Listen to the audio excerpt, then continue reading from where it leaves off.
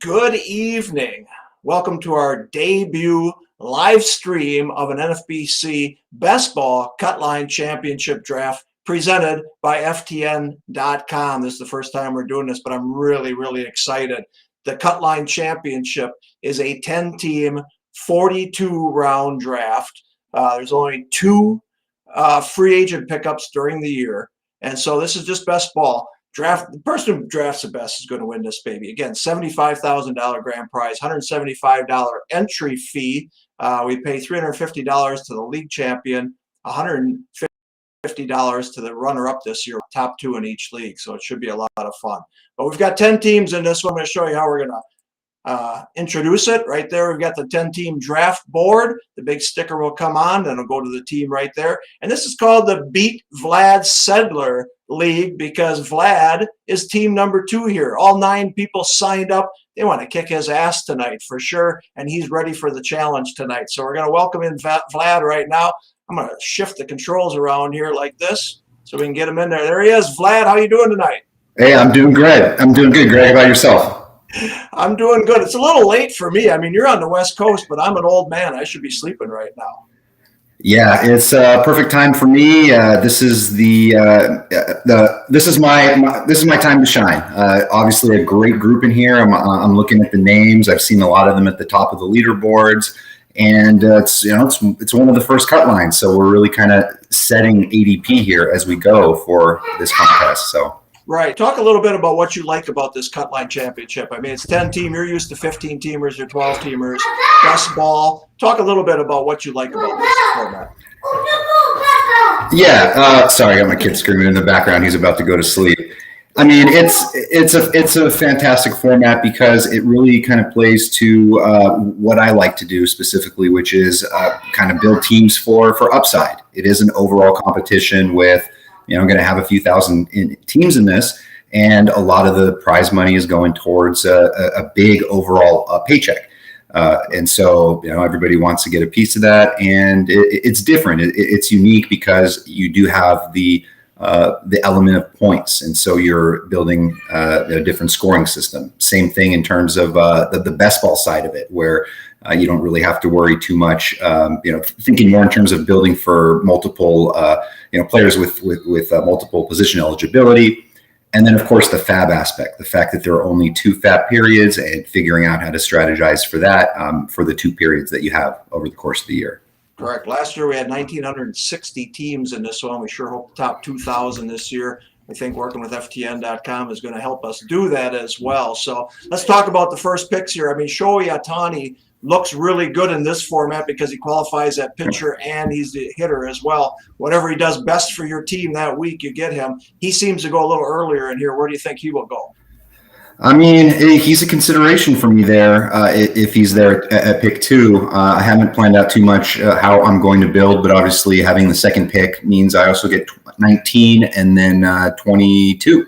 So right. Obviously some solid options there. But if he had outfield eligibility plus the pitching, I think he would be a number 1. But I think otherwise, the other guys there near the top, I think, are in consideration too. Yeah, we see Trey Turner go number 1 in most of our drafts. He does in this as well. Shohei has gone first in a Cutline slow draft that I've seen before, so we'll see about him. Fernando Tatis Jr. also at number 2. I know you've taken him already as well. So the top of the draft board is loaded this year, but the back end looks good too. I mean, you're doing 15-teamers. This first round's fun, isn't it? Oh yeah. Well. There's a surprise. Yeah, and it's a very active guy in our FTN Discord channel, Ian Hubbard, with the number 1 pick. So yeah, pretty solid there. And you're up on the clock, as I would say, in the draft room. I think we're just going to go for it. Hope that has at least maybe even 80% of what we saw last season, and if he can stay healthy, I think I'm going to go ahead and start with Ohtani there. Okay. I know you're a Dodger fan, right? Is Trey Turner a possibility at that one? Again, you said he is kind of, right? He is. I mean, he's really consistent. Definitely in any other format. I think he's a very safe, very solid number 1. And interesting, he actually leads Major League Baseball in batting average since the beginning of that pandemic season 2020. He's in 330 over that span. Yeah. So he's been crushing it. A full year at the Dodgers might be really nice. Yeah, so we don't use like batting average in this. It's points. In fact, there you go, Juan Soto at number 4. I'll just give you the hitting points. So it's let me go back to hitting here. It's -1 for every at bat, 4 points for a hit, 2 points for a run, 6 points for a home run, 2 points for an RBI, and 5 points for stolen bases. So those are the hitting categories. Again, stolen bases help you out here, but it's not a roto category where you have to, get your 120 stolen bases or whatever. How do you look at stolen bases in this scoring format? I mean, for the most part, and as simple as it may sound, I mean, I'm looking for good hitters, just guys that make good contact, that can provide the batting average, because you're going to load up the points with the hits, especially with the extra base hits. And stolen base is obviously a part of that mix too, because you're getting a lot of points for them. But it's just a different way of looking at things, because you're not having to chase a category. You're just kind of looking for best overall player. Right, and a lot of people do like hitters. You're looking at this first round right here. Ohtani, again, can be a utility hitter or a pitcher. So we basically have 9 hitters going right here. Not any surprises that I see right now. Acuna, what are your thoughts on Acuna? I mean, I've seen some of the video of him working out. He's farther than I would have expected him at this point with the ACL injury. Yeah, I mean, you're even starting to see him with those videos coming out rise up the draft boards a little bit. My podcast partner, Matty Davis, he took him 8th overall in an NFBC draft, the Battle of the Pods. But I've seen him go anywhere from 15 to 20. And obviously people drafting in those, the draft champions, it's a little bit obviously of a different format, because there is no FAAB. And if he does miss a few weeks in the beginning of the season, that definitely does hurt a little bit. But it's just a different story drafting now versus in March, when we have a clear picture. Yeah, we'll see him a lot more. So the nice thing about these cut lines is they move pretty good, right? You get 10 good owners and they move around pretty good. That's why I like doing our debut live stream here with this one, because you can just see them go. We got a little action here right now. So, okay, the first starting pitcher is Garrett Cole. He goes 12th overall. Cole and Burns seem to be the top 2 starting pitchers going in draft so far, correct?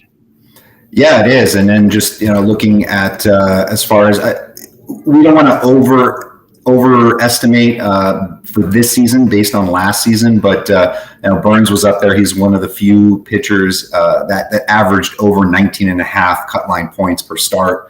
Jacob deGrom obviously made a lot less starts. He averaged a whopping 26. It was just insane what he was doing. But yeah, I mean, Burns is definitely in this format as well. Not a top 8 pick like he is in draft champions, but a top 20 for sure. Yeah, definitely. What's the word on deGrom? When is he going to be able to pitch, do you think? I don't know. I guess we should ask our, I don't know. I mean, he's going like 24, 26, sometimes lower in our draft champions. So I'm not sure when he's supposed to be back, but going that low with the stats he put up last year, I don't assume right out of the gate. Yeah, I guess we'll see. I mean, in March, if everything looks fantastic, he's back to the first round, and then the people that are drafting, then are going to be those that passed on him in these months are going to be very disappointed. But that's the risk there. So it looks like I'm on the clock. You are on the clock. I've got my Ohtani. Looking here, not really any amazing multi-eligible position guys, but it's going to be hard to pass on a guy like Mookie Betts here. So I do end up getting a Dodger, but average 4.2 points, which is isn't fantastic in this format for a top 20 guy, but that was last season. Obviously, previous to that, he was usually a top 10 producer, but yeah, happy with the pick there. Yeah, this is a guy who went 4th overall last year, going 19th right now, right? The second round, even draft champions, you're back on the clock again. The guy at the turn takes Tatis, Salvador Perez, and Aaron Judge. Judge can be good in this format with the home runs, obviously. When you hit a home run in this format, you actually score 13 points with the run and the RBI and such. So it's a heck of a – getting the power hitters does not hurt you in this format as well. So what are you leaning for here? You know what? I'm going to do it. This is not somebody I typically draft. He's one of those people, I guess, maybe people love him more than I do. He's kind of an accumulator, but because I got a troll gift right before the playoffs last season from Kenneth Cashman from RotoWare, and it's what I'm wearing. It's this Aussie Albies T-shirt. So I guess I will grab him here as my second baseman. Why not? All right, sounds good. So the second round is interesting when you have Betts and you have Trout. I mean, talk about Trout. Here he goes, 11, 12, 34, 15th, right?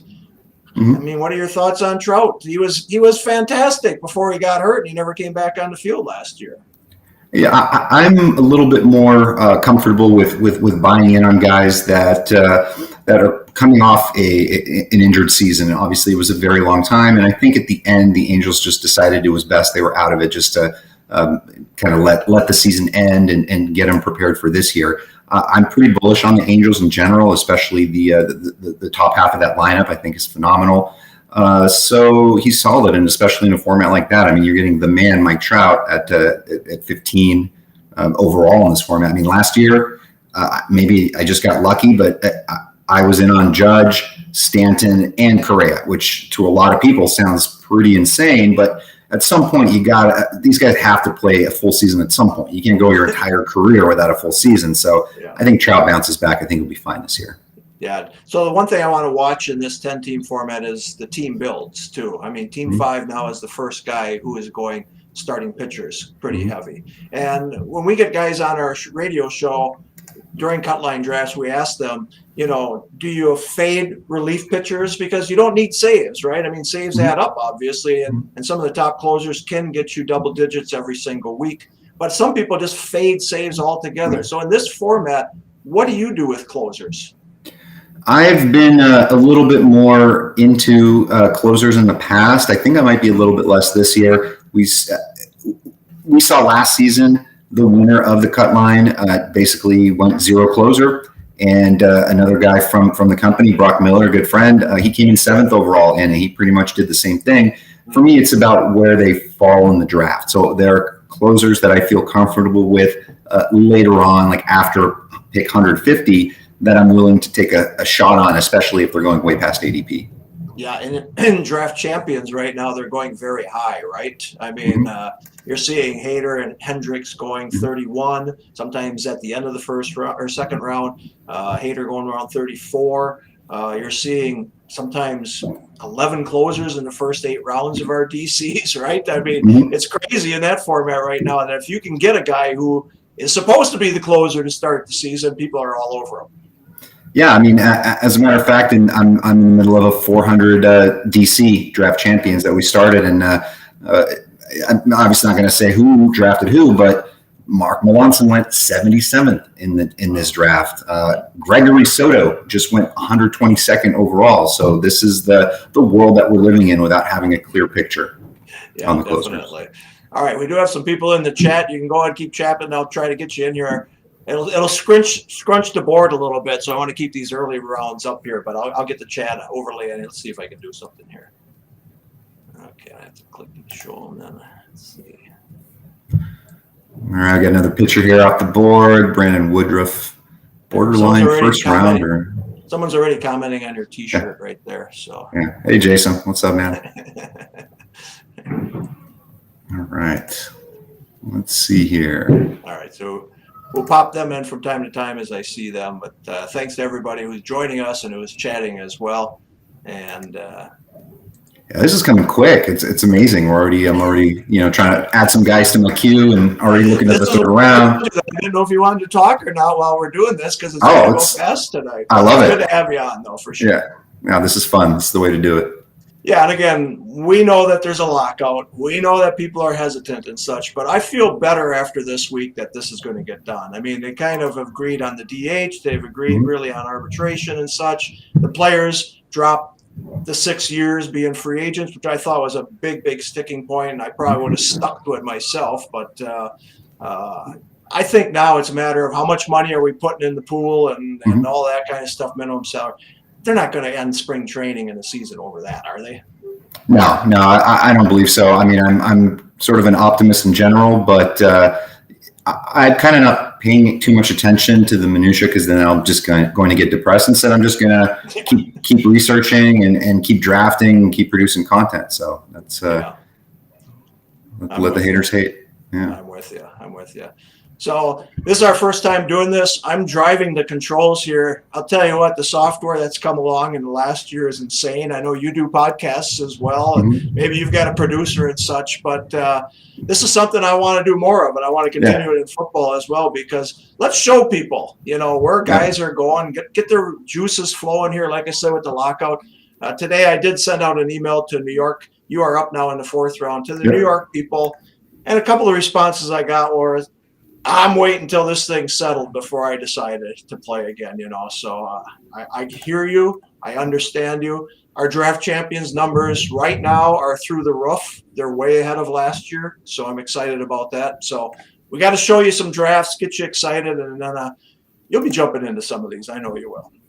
Oh yeah. Yeah. We'll see you all soon. We'll see you live in Vegas and New York, Tyler Chicago. O'Neill, you're going with hitting. Talk about that. Yeah, I mean, this is it's kind of a tough pocket here. I think there are a lot of options there, and I noticed I started off maybe with Mookie Betts and Ozzie Albies, not exactly where I want to be power wise. I'm probably obviously loading up on runs and getting a couple of good hitters that will produce and maybe get me the 4.5, 5 point average per game, and hopefully we'll stay healthy. And then Tyler O'Neill, I don't know. I just think he's somebody that can take it to the next level. I'm not expecting him to be a 290 plus hitter again, but that's fine. I'm okay with it. He's one of the fastest players in the league. I think he's even more comfortable, confident, and settled. And I do think he is somebody that does have 40 home run upside. Obviously, in a different park, it would be a better situation, different division. But he's solid. I like Tyler O'Neill. Yeah, he's got good power for sure, and he ran a little bit last year too. Okay, there's Jacob deGrom at pick 41. Seems like good value to me. 41 seems lower than what he's been going in draft champions. So, and again, this is best ball, so if he's out for a while, this guy can certainly fill in the hole with other pitchers here. Okay, are you thinking about a pitcher here at all? I'm considering it. Let's see. What do I have? What do I have in the queue? 3, 4, 5. We got 6 of the 10 teams with at least one starting pitcher right now. Yeah. I've already got a couple of outfielders, even though maybe the best picks here are that. Let's see here. I'm going to have to make a decision quickly. And there you go. Mike Burke. Let's go with you. Tyler O'Neill pick there. Nice. Oh, another Dodger. Come on, now, are these with your heart or not, huh? You know what? I know what I'm getting from him, and I understand we were talking about it yesterday on a show, and I understand the concern, like the reduced swinging strike rate last year down the stretch, and his numbers just not shining the way they were in the first half. But still, I mean, this is a kid that has the potential to be a top 3 starting pitcher this year, even if his strikeouts aren't at the 32% plus level like some of those aces are. But who's to say he can't get there? I mean, very low hard hit rate against him. Just absolutely solid. Plays on a team with good defense. He's going to be up there again in wins category. And one of the few guys that I think can potentially give you, I know it doesn't help you here in Cutline specifically, but amazing ratios. He's a under 3 ERA guy, potentially once again. I don't think last year was a fluke. So tough call between him and I don't know, probably not good tact to mention players that haven't been picked yet. Yeah. And besides, he may come back to you. I will say, I think in this format, if Ian Hubbard hadn't sniped deGrom there, I probably would have taken a shot, because I'm going to draft a bunch of these cut lines, so I'm going to definitely mix and match. Right. It's good to have a couple of shares of him in case he does come back early and such. And again, because this is best ball, deGrom could be replaced the first couple of weeks with maybe a middle reliever who gets a win during the week and strikeouts, right? Or a closer who ends up getting 2 saves that week that you weren't expecting. So, yeah, definitely. Okay, so we've got Team 3 is the only one without a starting pitcher through 5 rounds. At this point, we'll see what Team 6 takes. Any thoughts on Team 3 here with the total offense here? Not that I want you to compare to some of your competitors, but just the thoughts on the start right there for Team 3. Yeah. Oh, and I also realize I'm giving names, so I hope that my folks and friends here aren't, I forgot that we don't have their names here on the board, but Team 3, I know who you are. If you want to be identified in this chat, please go ahead. But I know this gentleman as well, and is another NFBC live drafter with us. And yeah, it's a strong, it's a strong build. It's really nice, except 2 third basemen. So you're kind of locking yourself in, and you'll have to be careful looking at corner infielders in the future. I like this comment. Yeah, what do you think, huh? Come and bring it. We're going to do another Beat Vlad, I'm sure. Would love it. There you go. I like it. I like it.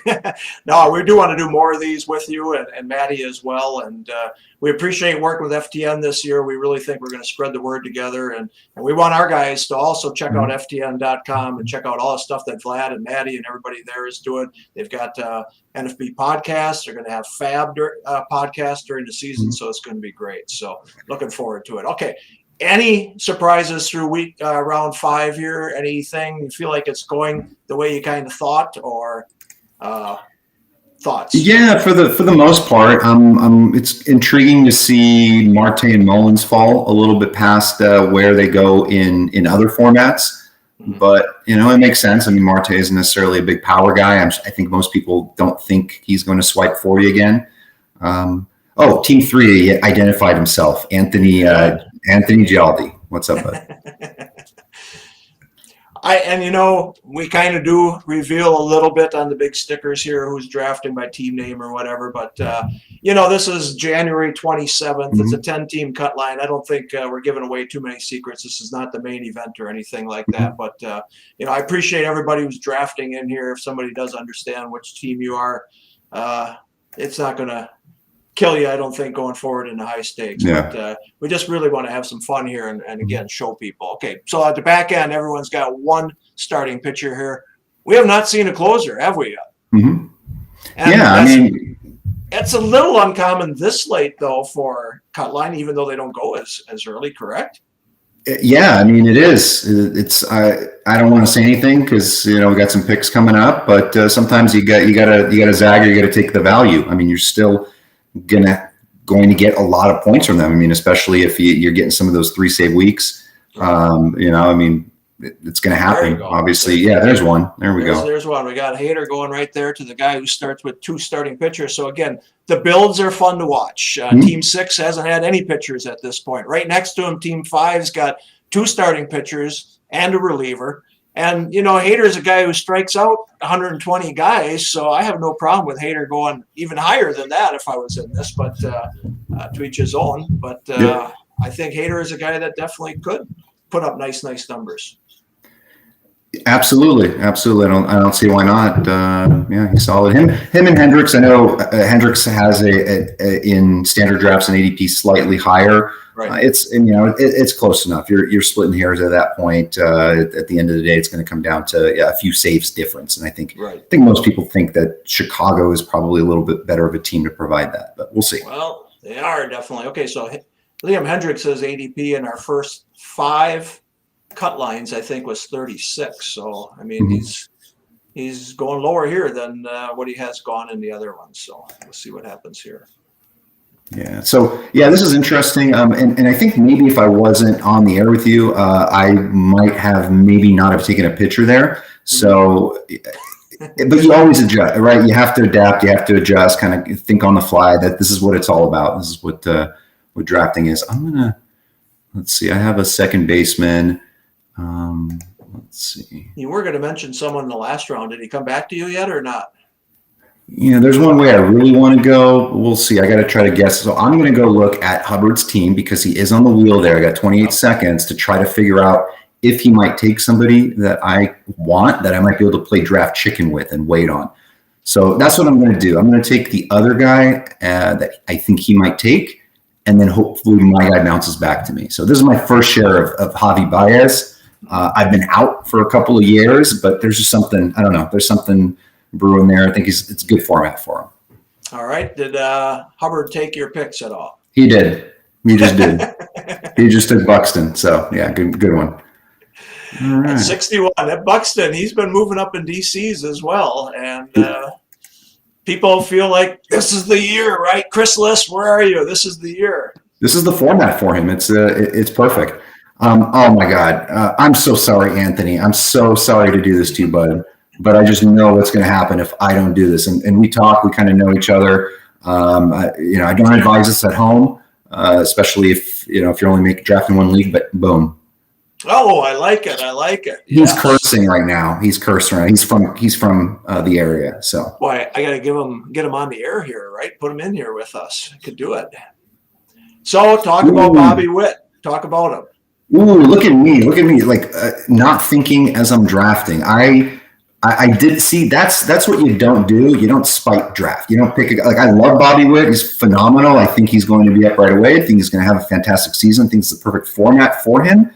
But I had just taken Javi Baez and I have Ozzie Albies. So now I'm kind of hamstringing myself with my middle infielders. So what I'm going to do now is wait a while. I'm not going to really take any more middle infielders because I don't want to shift my points optimization. Like if I add another middle infielder way up high now, it's one of these stud players is going to be on my bench from time to time.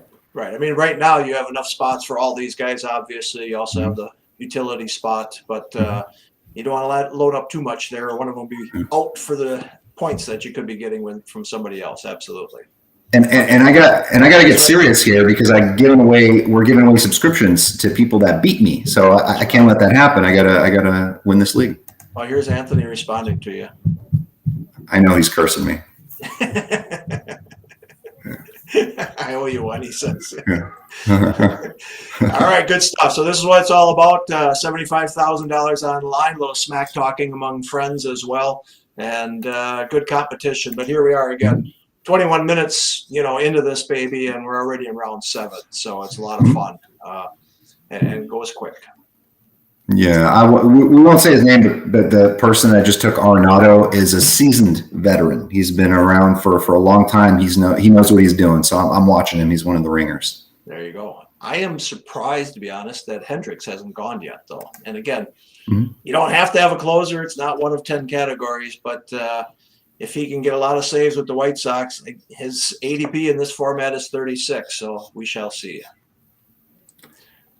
Oh, I think he exposed himself, actually. Yeah, he did. If anybody knows that moniker. What's he doing up? It's too late for him. He's on the East Coast. Yeah, hey, came to beat me. Hey, how about Carlos Correa? Can you talk about him? Like you said, you might be in a little bit on him. This is a guy that I'm with Sean, right, at Labor every single year, and he has to get Correa. This is the year. He's killed us the last 4 or 5 years or whatever. But what do you think? And we don't know where he's going to play this year either at this point. I remember you guys always at the XM drafts, making sure that you spent up on him on the auction.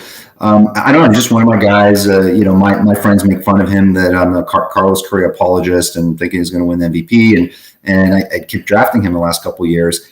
But this past season, because I'm looking at the price, I'm like 100, 120 overall. Like no, if he's healthy, he's going to deliver on that and provide a nice profit. So I was in. And I got lucky. It worked out. It was a really nice, solid season. My only problem with him specifically is I usually have a shortstop at that point. It's just the position's just loaded. It's like the new first base. So it's tough. At that point, I'm usually not really considering him, but there's nothing wrong with the pick. Plus, we don't know where he's going to play.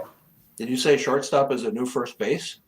Yeah, in the way of so I did a tiers column specifically for NFBC on the corner infield and how in 2011, half of the first 2 rounds were all first basemen or corner infielders. It was like, Teixeira, Ryan Howard, David Wright, Miggy Cabrera, you name it, Adrian Gonzalez. And now it's, it's shortstop. Obviously, it's not the days of Ozzie Smith or whomever, where it was like a punchless position. Now you got these guys that are popping, right? Bichette, Lindor, Story, even Wander Franco, Baez. These guys can hit, so and give you 25 plus homers. Right. Okay, so Hendricks goes at pick 70, ADP of 36 in this format. Stanton goes at 73. That's a guy in this format. Of course, he can miss time, but boy, when he gets on a tear, he can just carry you for weeks, right? Yeah, he's great in this format when he's healthy, of course. He's up there among the point producers, and he mashes. And I remember a couple seasons ago, he was a first rounder. He's not far from being a first rounder. So yeah, definitely. What about Bregman? I see he goes at 55. Any bounce back there? I mean, this is a guy, again, who was in the second or third round last year, 34, 35. He would go a lot last year. Now he's going at 65 here. Any bounce back there, you think? He was hurt last year. There has to be. I think the days of that one monster season when we had the Happy Fun Ball, as our friend Jeff Erickson calls it, 40 plus home runs. I don't think that's repeatable. And then obviously had the wrist surgery in November. But it wasn't really a serious one. Like, he's already showing off of, in the batting cages on Instagram and stuff, and that he looks fine. So how can you not love the pieces of the Houston offense every year, especially middle of the lineup? So Bregman will bounce back. I think he'll be fine. I think he's going to move up over the next month or so as well. Definitely. I'm going to let you concentrate on your next pick here, but Bellinger is someone I want to talk to you about since you're a Dodgers fan as well. I mean, this guy was brutal for us last year, right? And brutal for the Dodgers. Then he showed something in the playoffs. So we'll talk about him, but talk about your pick here, what you're thinking. I think it's pretty clear for me. I'm going to grab another pitcher. I guess past ADP, but I don't really care about that because we're still kind of setting that now with the Cutline format. Freddie Peralta, solid. Brewers. They've got three good ones, and Peralta really looked good last year. Tell you what, DVR was the guy who was all over him last year. Even at Labor, he just, I'm on him. I'm just like, they don't even have a role for him at this point. I mean, is he going to start? Is he going to be in the pen? But from the minute he got out there, he was fantastic last year. So I'll respond to this one. Michael, yes, of course. Oh, he had Team 6, still no pitching, correct? Mm-hmm. And this one, Michael, yes. Beers Thursday night. Tom and I will be there late afternoon. So we hope to be able to do that in New York City for sure. So, all right. Team 1, Corey Seager, you didn't need him. So Brian Reynolds. So you've got 2 starting pitchers right now. Team 1's got 2 starting pitchers as well. You got good offense. You got good batting averages at this point.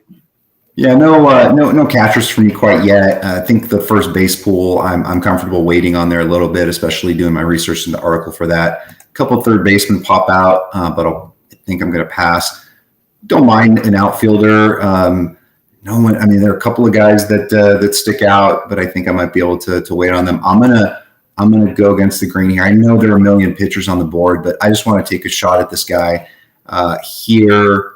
And it's going to be another pitcher. I think I'll probably lay off a little bit after this, but Chris Sale for the Red Sox. Okay. Yep.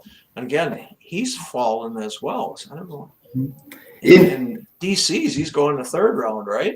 Yeah, in DC's, I'm actually not even touching him because I'm kind of locked in for the year. Here, if something goes wrong in the spring, yes, it's high draft equity, but I can drop him. I can make up for it with the first FAAB period. But I'm more likely to take a shot on something like this because these cut lines, I'm sort of playing a little bit more like a lottery ticket, and those high upside guys like Peralta and Sale kind of fit the bill. Right. Talk a little bit about Bellinger, like I was asking, because you're a Dodgers fan. You think he can bounce back this year? Yeah, I don't see any reason why he won't. I've actually talked about him twice on 2 different podcasts this week. It just feels like an underpriced guy right now, and he was hurt essentially most of the year. When the playoffs came on, he was hitting again. He was in 350 in the playoffs, 5 steals, 430 OBP, and he feels better. And that's at least from what I hear now. He, just no real issues. Seems like he's healthy, and hopefully he just stops tweaking his swing. Hopefully he kind of takes things seriously, realizing what he has done those first couple seasons to hit almost 40 home runs and 550 plate appearances as a rookie. And then to win the MVP, and you just don't fall off the map from that. So I like Bellinger. Yeah. Okay. Remember the first time I saw him in Arizona Fall League, and he seemed like he was swinging from the heels every time, which is his normal swing, right? He does swing from the heels all the time. And my brother was with me. He's like, that guy will never make it in the majors, and then he's rookie of the year, and it's just unbelievable. But I hope he does bounce back as well here. So, all right, I got to ask you, you do fantasy football high stakes, you do fantasy baseball high stakes. I get the impression baseball is more of your love as far as diving into the numbers and such. Am I wrong or not? It's a time of the season. So as you know, if you spend so much time on something, and then basically when baseball season is coming to a close, when it's over, and you're already sort of in football mode. I love to draft and I love to compete and get into things. So I like to be in both, but of course, baseball is the primary love. It's I've had obviously success has worked on both sides of things. For me, too much Allen Robinson this year in football to have had as much success as I would have liked to in football. But yeah, baseball is first, and that's just kind of where my brain is always spinning, thinking about. Well, in a pick like that can happen. A Calvin Ridley, if you went heavy on him this year, right? And that's why I brought up Bellinger, because he did spank a lot of people in fantasy baseball. You'd give up a second-round pick, and he does absolutely nothing for you. It's very, very hard to come back from, right? Yeah, of course. I mean, there are just so many. Think back to last season, and even how many of those first rounders. There was a time when they were just taking turns. Like it was Tatis. Oh, is he out for the year with the shoulder? Oh, and then Soto hits the IL, and then then Trout. Not in that order, but like everybody was Acuna. Then everybody was affected. DeGrom. It was crazy. It was wild. So yeah, it happens every year. Yeah, definitely. So again, with this, we only have 2 FAAB periods, and the beauty of this one is 2 draft. It's best ball scoring. It's lower maintenance than anything else that we have. But we do have the 2 FAAB periods. One is the second week of April, and then the first week of June. The regular season only goes until the All-Star break. The top 5 teams in each 10-team league advance to a playoff format. Top 2 teams go into championship round. The other ones are in a wild card team. The other 5 are done by the All-Star break. So again, draft, 2 FAAB periods, All-Star break, you could be done or you could go on. So it's not that hard. This is a fun format. I like it, and I hope people check it out. And again, we're paying the top 2 in each league. You can beat 8 other people to win some money, right? Of course you can. So check it out. It's called our Cutline Championship, presented by FTN.com. All right. Did Team 6 take a starting pitcher yet? No, not yet. Oh, I need to start thinking about, let's see here. You start thinking. I'm going to look at Team 6 here. All right. Again, everybody, I love to look at the builds here with, he's got 4 outfielders. Is Bellinger just outfielder this year? He is, yeah. Yeah, so he's got 4 outfielders here. He is now up. He is not. Oh, he's going to take he's not taking a pitcher. That's Matt Chapman. I'm sorry, third baseman Matt Chapman. So 10 straight offensive guys. You can certainly do it again. The categories in pitching are not roto categories. They're points categories. He's going to get his points somewhere, but he is loading up on the hitting. So let's keep an eye on that one. That's a fun one, fun build to look at. All right. Let's see. Yeah, there's some guys I think going 30, 40 picks later that feel mispriced that I might have to bounce on. We'll see here. All right, sounds good. I am going to make our draft board a little bit smaller here so we can get a few more rounds in here before I have to do anything. Let's see if I can. I'm trying to see if I can get some. Yeah, my team isn't really built to be able to stack, kind of like I did in my OC, where I got Ohtani and then Trout and then Jared Walsh later, and I was fine with Walsh or Rendon. I think this Cutline format is a little bit where we talked about it on the pod the other day with Brock on the FTN pod. You can kind of build these GPPs, right? So you get those multi-point events. A team scores 12 runs, middle of their lineup goes off. You get that goodness, and especially if that happens later in the season when you really need that boost, that's phenomenal too. Beautiful. I mean, do you think of stacks in the Cutline Championship or not? I do actually. I don't go out of my way for it. It's not like a best ball draft like trying in football where I'm trying to pair a quarterback with a receiver, but yeah, I mean it's kind of in the back of my head. I don't think it's necessary, but kind of hit on the right thing, especially later in the draft with good value. I think it could work out well. I'm going to go, got 26 seconds left. I mean, again, Gialdi, he actually got me here. He took Cronenworth, who I don't love, but I love the multi-position eligibility here. So I'm going to let's go with an old favorite. Oh, there we go.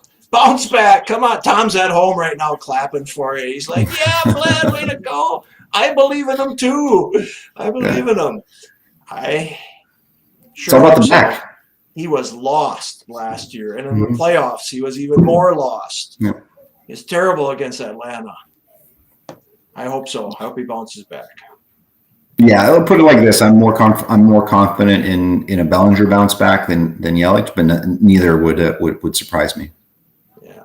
Okay, so we're through 10 rounds in 35 minutes. This is again 42 rounds. I think we'll get through about 20 rounds or so. We wanted to show you how this goes, and then we'll probably sign off. But it's been enjoyable to show this to everybody and to just see how this works. And like I say, we'll do more of these this year as well. But it's almost past my bedtime, so we'll do about 20 rounds, like I say. But no, this is a lot of fun, and we appreciate it. So you are back on the clock.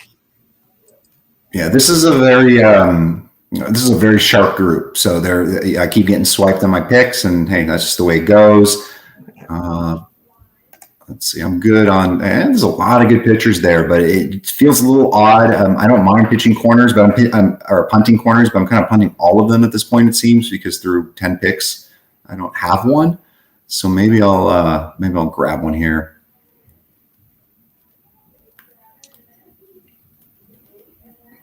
All right.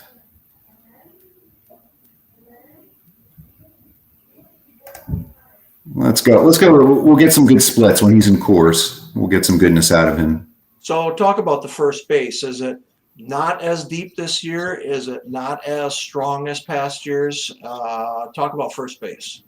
I mean, the landscape's changed entirely from those days I was talking to you about that we're all familiar with. And even last year, there were a lot less guys. There were only a handful of guys in the top 50 overall among the first basemen. And then even this year, there's a huge tier drop off. You got Vlad Guerrero, Freddie Freeman, and then it's just, it's a really huge drop. And so you have to get comfortable in the mid range, in the later range, and figure out the guys that can, basically you're looking to make profit here, right? So especially guys maybe coming off down years, guys in good situations, good team context. That's what I'm looking for. So I'm comfortable with a lot of guys later. I don't mind sort of mixing and matching. But again, if I was just kind of like fully concentrating on the draft, I don't know, like this would be my exact team, my build.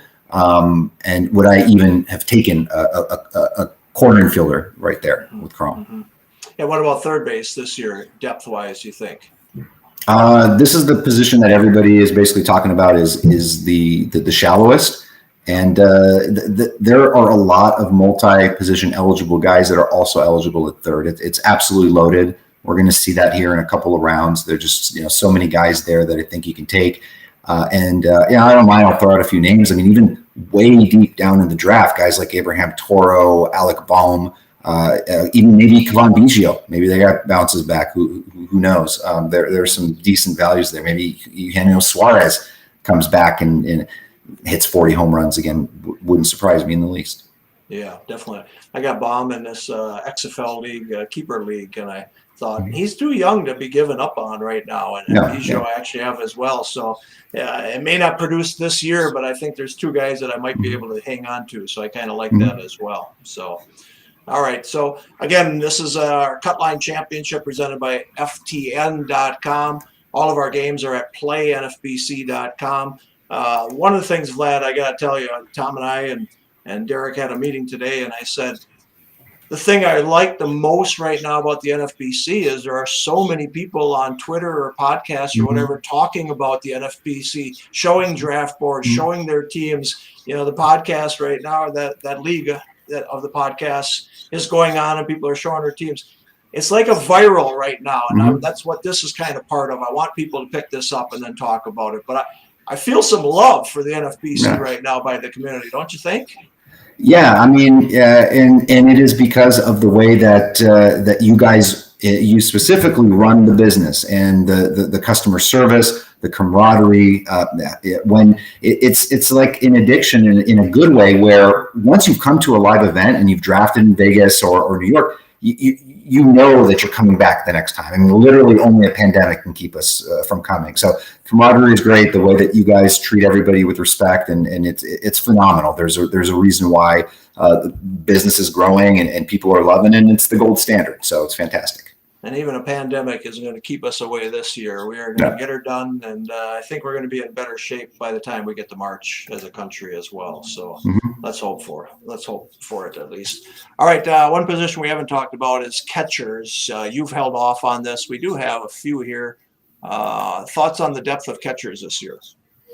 I mean, it's a double-edged sword because I want a good one, but I don't want to pay the price for it, and it just how it is. So if it falls to me in a certain way in a draft, then that's great. I tweeted today. I started editing my personal Rotolab projections, and hey, Will Smith popped out as my top guy. I kind of had a feeling that would happen, and I'm comfortable with that. I understand in traditional leagues, NFBC leagues, so.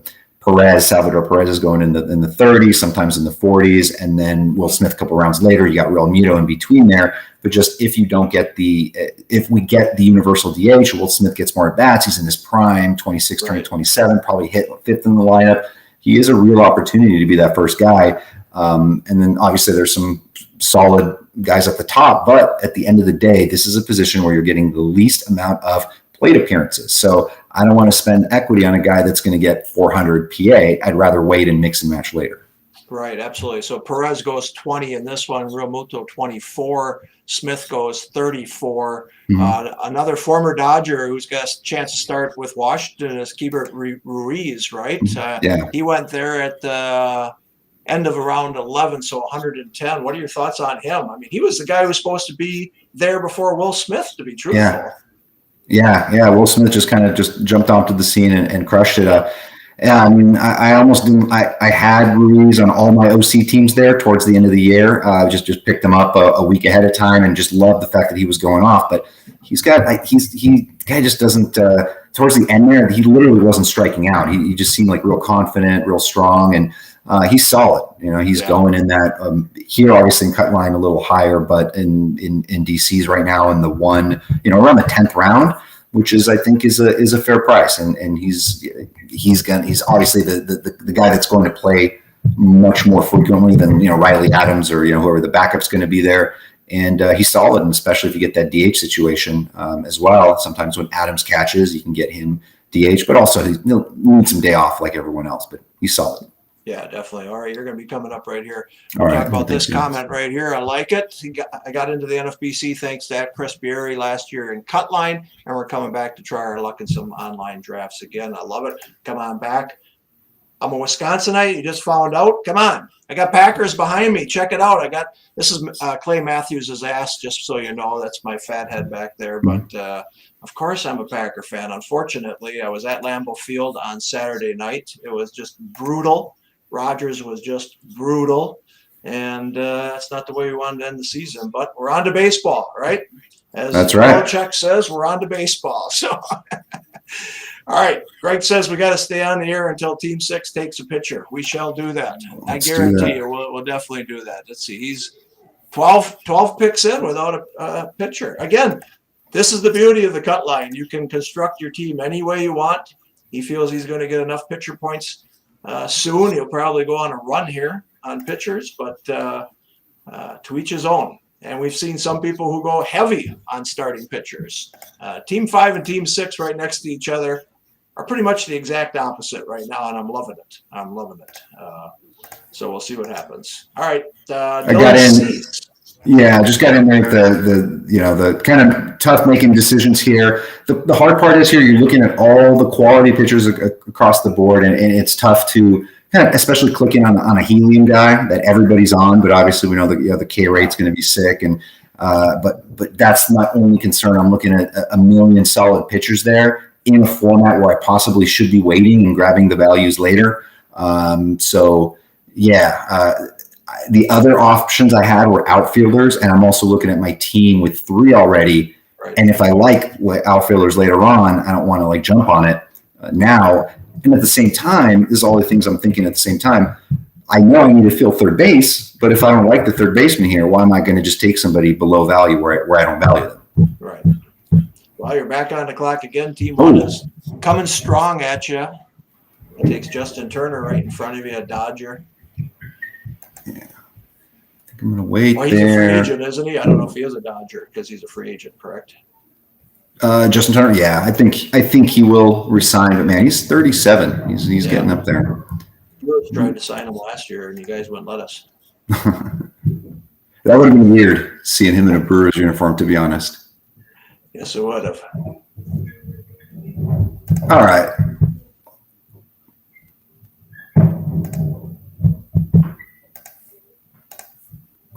Finally got my third baseman. I like it. It's got to be upside there. Man, when he first came in the league, Makata was supposed to be speedster, right? And I mean, now he's more power than a runner. Yeah, I mean, he stole an insane amount of bases when he was a back in Cubs minor league prospect in AA, AAA.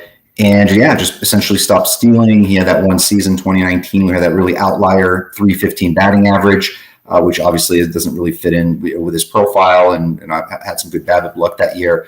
But I've been out on Moncada, and I kind of have a theme on players that, it's nothing is, it's fluid from year to year. Like just because I wasn't in on someone the last couple of years doesn't mean I wouldn't be this year. And so now, for whatever reason, just kind of have that feeling.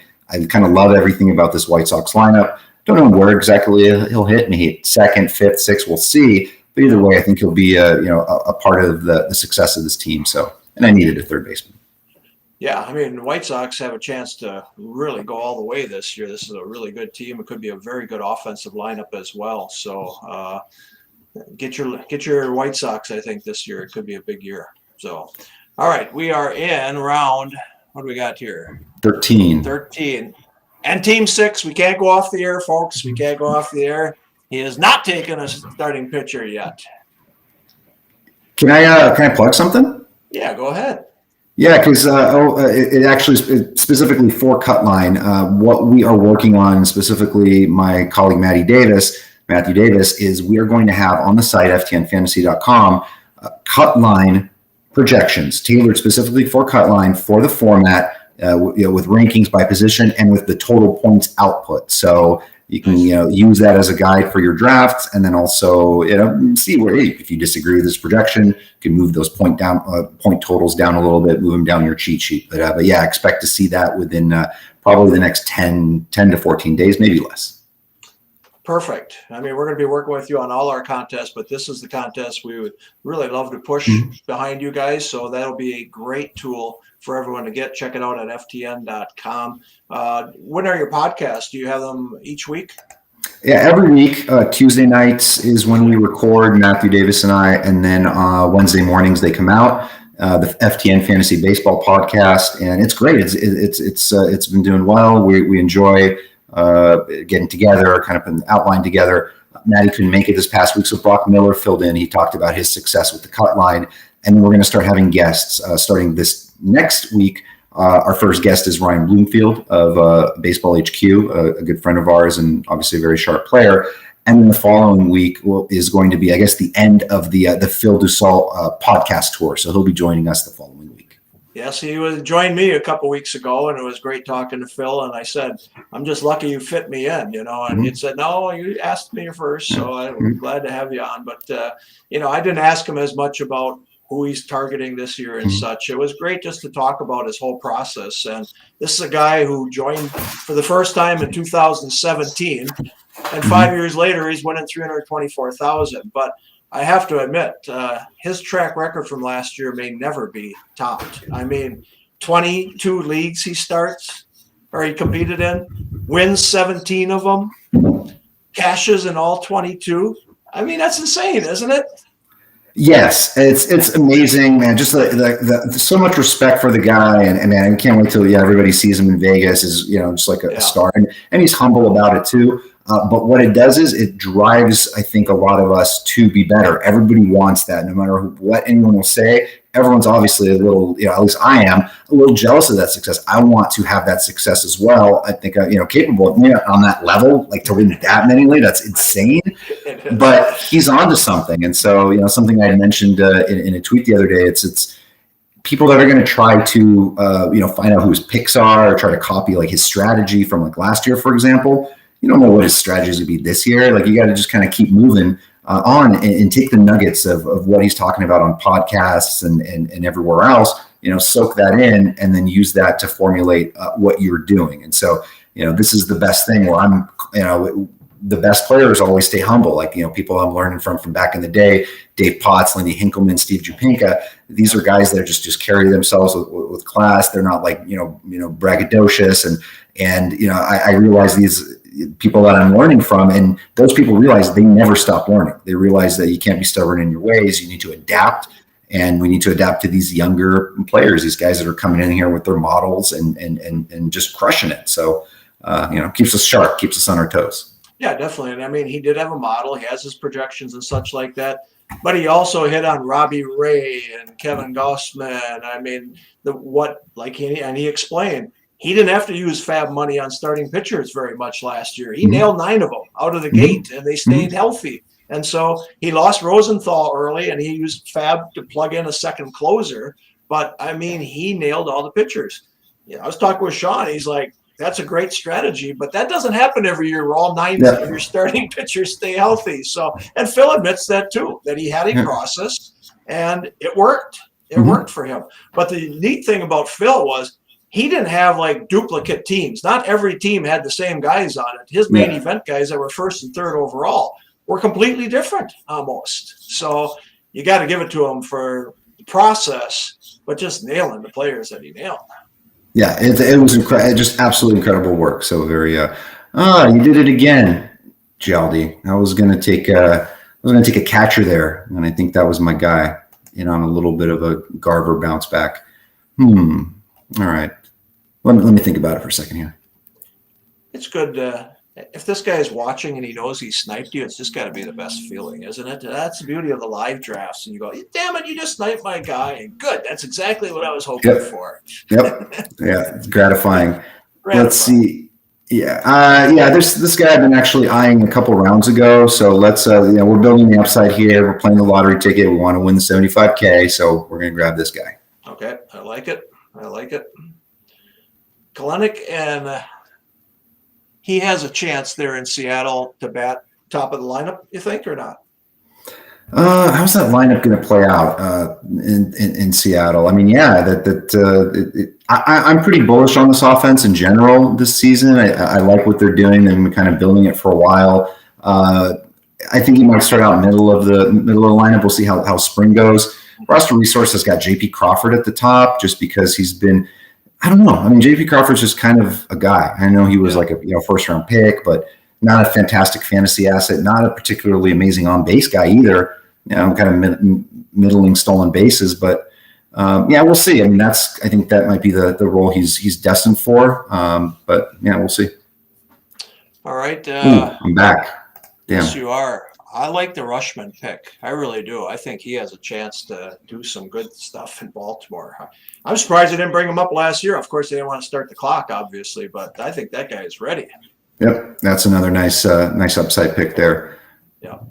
You want me to switch it out and put Rushman on your team? I can do that. I got the controls here. You got the controls? No, that's okay. That's okay. I don't know if he was. I don't know why I kind of skipped over his name there. I'm not going to force the catcher yet. I'm not going to do it. It just doesn't feel right here. But I've got 10 seconds. You got to think quickly.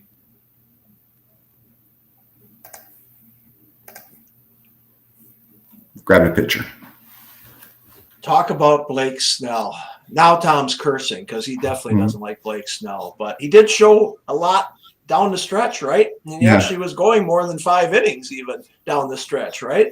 Yeah, it was a brutal first half for him. It's just interesting how that played out, that him of all that trio that joined the team there. Well, it was like Clevenger, you had Darvish, Musgrove was phenomenal. But yeah, Blake Snell is just you never know what you're going to get in this from him from year to year. So usually people are like, he's there. Should I click on him? I don't know. Nobody's like, I don't think anyone's like super pro Snell or super against, but yeah, down the stretch there, like I think his last 7 starts, 2.5 ERA, whip under 1, incredible K to walk ratio, and he just looked a lot better. And I think he'll settle in a little bit more in his second year. Yeah, definitely. But he's got to go a little bit longer than 5 innings, please. Get it to 6. Get it to 6 1/3, please. That's what we want from you. So, All right. Well, we are doing very well here. You guys got a good another hour to go. We cannot leave until Team 6 takes a starting pitcher. I don't want to make the draft board too much smaller here. Let's see if Team 6 will take care of it right here. We will wait with bated breath. But again, quick drafts. They're a lot of fun. Good way to learn the player pool. Plus, there's $75,000 available. So I'm still working with the Bellagio on our final ballrooms and such, but we're looking forward to being at the Bellagio. We'll be there March 24th. We're going to actually stay there until the 30th and opening day. So we're really looking forward to that. And I think we're going to be in a better spot, and it's going to be a lot of fun to see everybody again. Yeah, I booked yesterday, so we'll see you there.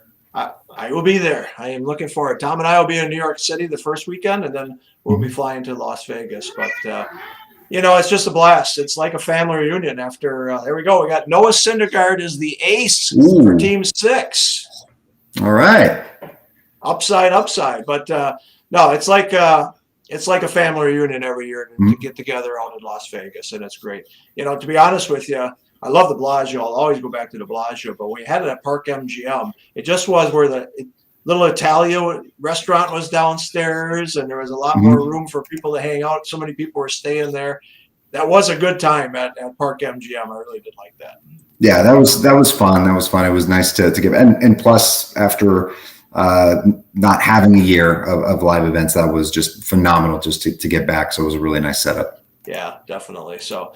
But we will be back again at the Bellagio. Looking forward to it. We're at the Stewart Hotel in New York City. So all good. So couple last comments here. Yep, Anthony, you're going to be coming to Vegas. Sounds good. Jason said he's going to be in Vegas. So we appreciate it. Appreciate everybody who showed up to watch this tonight. Again, we wanted to give you a little taste of this when we do an online championship. Maybe we'll go a little bit further, but just kind of wanted to give you a taste. Vlad, thanks for joining me as well. I know it's not easy when you're drafting and such, but again, we wanted to thank FTN for working with us. We think the Cutline Championship is going to go over 2,000 teams this year. We're really, really excited. So thanks again. We'll do it again. All right, you and Maddie, let's do a couple of these and have some fun with it and introduce this format to everybody out there. Absolutely. Sounds good. Thank you so much, Greg, for having me. All right, thanks, everybody. We will see. I'm going to try to do this every Thursday if I can. So I'm going to try to do this on Thursdays, and we'll see you next Thursday. All right. Thanks, everyone.